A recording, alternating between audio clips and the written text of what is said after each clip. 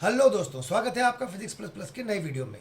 आज हम इलेक्ट्रोस्टैटिक्स की पार्ट 4 में कैपेसिटर से जुड़े हुए कुछ और क्वेश्चंस करने जा रहे हैं जो कि आईआईटी में आए हुए हैं।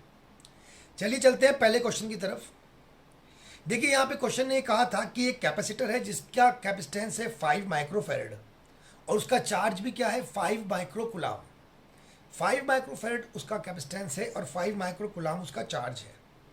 अगर हम उसको दूर करते हैं तो दूर करने पर उसका जो एनर्जी में लॉस हुआ उसे हमें निकालना है। देखिए आपको यहाँ पे आपको C दे रखा है और आपको Q दे रखा है। जब आपको C और Q गिवन होता है तो एनर्जी निकलती है हाफ क्यू स्क्वायर अपॉन सी से। हाफ क्यू स्क्वायर अपॉन सी जो फॉर्मूला है उससे हमें कैपेसिटर के अंदर स्टोर एनर्जी मिलती है।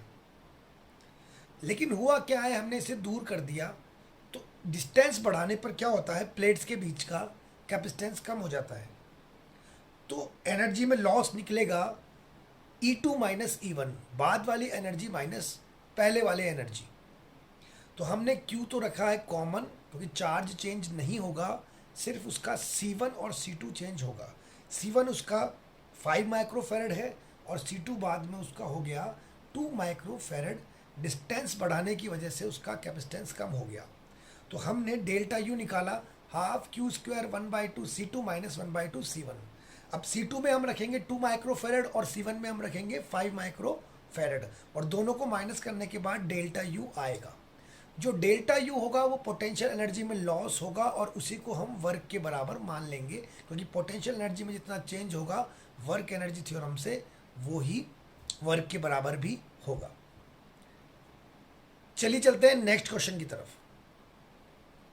नेक्स्ट क्वेश्चन में बच्चों आपको ऐसा दे रखा है कि कैपेसिटर का पोटेंशियल दे रखा है आपको 500 वोल्ट और इलेक्ट्रिक फील्ड दे रखा है 10⁻6 वोल्ट पर मीटर। प्लेट्स का एरिया है 10⁻⁻4 और आपका कैपेसिटेंस दे रखा है 15 पिको फेरेड। 15 पिको फेरेड का मतलब 15 इंटू 10⁻⁻12। इसके बाद K निकालना है, यानी डाइलेक्ट्रिक डालने के बाद डाइलेक्ट्रिक कांस्टेंट निकालना है। C इक्वल टू आपको पता है जब किसी कैपेसिटर को पूरी तरीके से K से भरते हैं, डाइलेक्ट्रिक कांस्टेंट से भरते हैं, डाइलेक्ट्रिक मटेरियल से भरते हैं तो फॉर्मूला आता है K into epsilon not A upon D।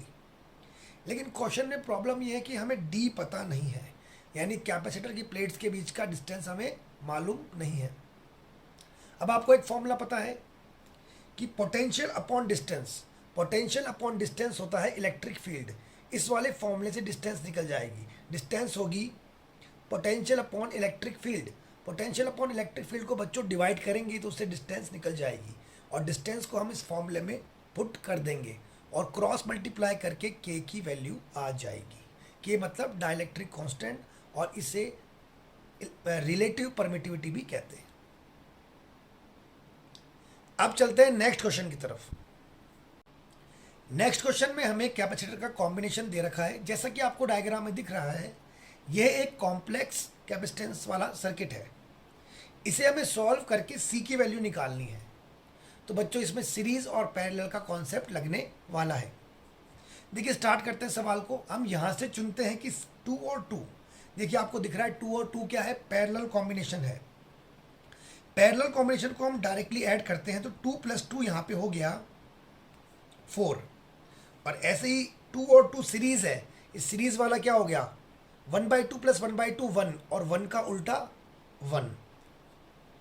अब यहाँ पे 2 और 4 है सीरीज और 1 और 1 है पैरेलल, तो 1 + 1 हो गया 2 और 2 + 4 हो गया वापस से सीरीज।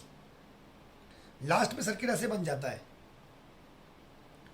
अब फिर 2 और 2 वापस क्या हो गया बच्चों, 2 और 2 वापस क्या हो गया सीरीज, ये बन जाएगा 1 और 1 और 4/3 हो गया पैरेलल। तो जब हम लास्ट में सर्किट को सॉल्व करते हैं सीरीज पैरेलल से तो लास्ट में ऑप्शन आता है कि C यहाँ बचता है और 7/3 यहाँ बचता है। अब दोनों क्या है सीरीज, सीरीज को सॉल्व करेंगे C1 C2 upon C1 + C2, C1 C2 upon C1 + C2 यानी कि C इंटू 7/3 अपॉन C + 7/3, ये इसका सीरीज कॉम्बिनेशन है।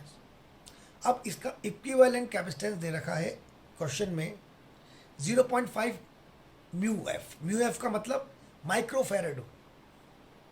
इसे क्रॉस मल्टीप्लाई करके हमें C मिल जाएगा। ये हमने तीसरा क्वेश्चन आज किया।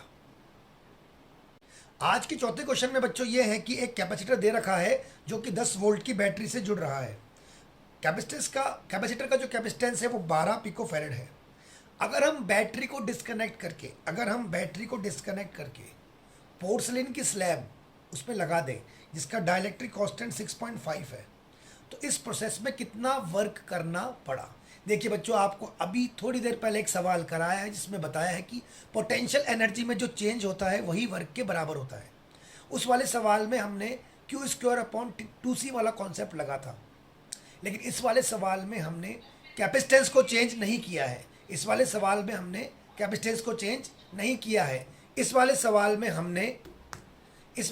में हमने बच्चों डाइलेक्ट्रिक कांस्टेंट को लगा के बैटरी को डिस्कनेक्ट किया है। तो जब डाइलेक्ट्रिक कांस्टेंट को लगा के बैटरी को डिस्कनेक्ट करेंगे तो बैटरी को डिस्कनेक्ट करने पर क्या होगा, पहले वाली पोटेंशियल एनर्जी में K का डिवाइड करेंगे और K का डिवाइड करने पर नई एनर्जी बनेगी और नई एनर्जी में से पुरानी वाली एनर्जी को माइनस कर देंगे तो हमें वर्क मिल जाएगा। यानी वही वर्क एनर्जी थ्योरम लगी है, लेकिन थोड़ा अलग तरह से। अब चलिए चलते हैं नेक्स्ट क्वेश्चन की तरफ। देखिए चलते हैं आज के वीडियो के लास्ट क्वेश्चन की तरफ। यहाँ पे कैपेसिटर के बीच में K1, K2, K3 तीन डाइलेक्ट्रिक कांस्टेंट लगाए हैं जिनकी वैल्यू K1 = 10, K2 = 12 और K3 = 14 है। इसका जो इक्विवेलेंट कैपेसिटेंस है वो दूसरे कैपेसिटर के बराबर है जो कि K डाइलेक्ट्रिक कांस्टेंट वाला है। अब देखिए सवाल में D सेम है। D के सेम होने की वजह से जो कॉम्बिनेशन है आपका वो है पैरेलल कॉम्बिनेशन। अब आपको पता है पैरेलल कॉम्बिनेशन में कैपेसिटेंस जो है वो डायरेक्टली ऐड होते हैं, तो हमने डायरेक्टली ऐड कर दिया तीनों कैपेसिटेंस को, C1, C2 और C3। C1, C2 और C3 डायरेक्टली ऐड हो गए और K1, K2, K3 इसकी वैल्यू आ गई। अब हमने K1, K2, K3 की वैल्यू रख करके K की वैल्यू को निकाल लिया, जो कि आया K1/3, K2/3 और K3/3। इस तरह से हमने K कैपेसिटेंस, K जो है डाइलेक्ट्रिक कांस्टेंट निकाल लिया। होपफुली आपको आज का वीडियो पसंद आया। इसी तरीके से और वीडियो देखने के लिए चैनल को सब्सक्राइब करें। Thank you very much.